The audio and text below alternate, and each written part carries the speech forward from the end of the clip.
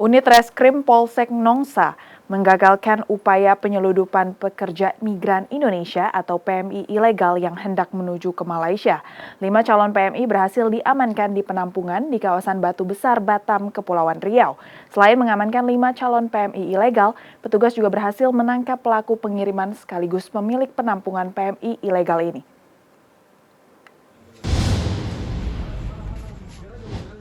Perdagangan manusia secara ilegal masih kerap terjadi di wilayah Batam. Meski kisah pilu para pemburu ringgit kerap menjadi pemberitaan, namun aksi penyeludupan PMI ke Malaysia ternyata terus saja terjadi. Kali ini, unit Reskrim Polsek Nongsa menggerebek sebuah rumah di kawasan Batu Besar, Batam. 5 orang yang diberangkatkan ke Malaysia melalui jalur ilegal diamankan di lokasi. Menurut Kapolsek Nongsa, Kompol Yudi Arfian, pelaku diamankan sesaat sebelum mengirimkan 5 orang calon PMI secara ilegal Senin malam lalu di penampungan. Rencananya, para calon PMI akan diberangkatkan melalui Pelabuhan Tikus di kawasan Tanjung Riau. Para calon PMI ilegal ini akan dikirim menggunakan kapal speedboat.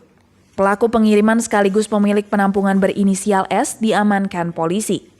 Selain mengamankan 5 calon PMI yang berisikan 1 wanita dan 4 orang laki-laki tersebut, polisi juga mengamankan uang puluhan juta rupiah.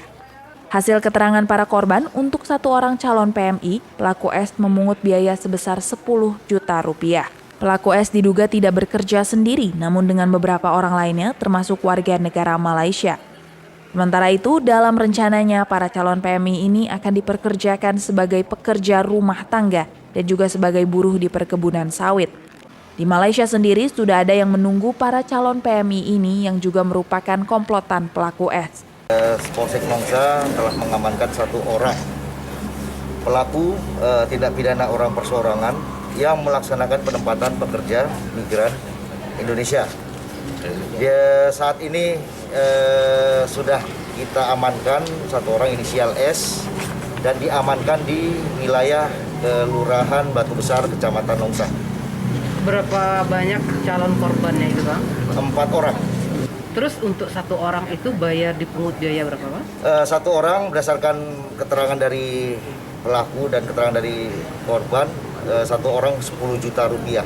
Untuk mempertanggungjawabkan perbuatannya, pelaku S dijebloskan ke dalam tahanan dan terancam hukuman 10 tahun penjara dan didenda 15 miliar karena dijerat pasal 81 dan 86 Undang-Undang Nomor 18 Tahun 2017 tentang Perlindungan Pekerja Migran Indonesia.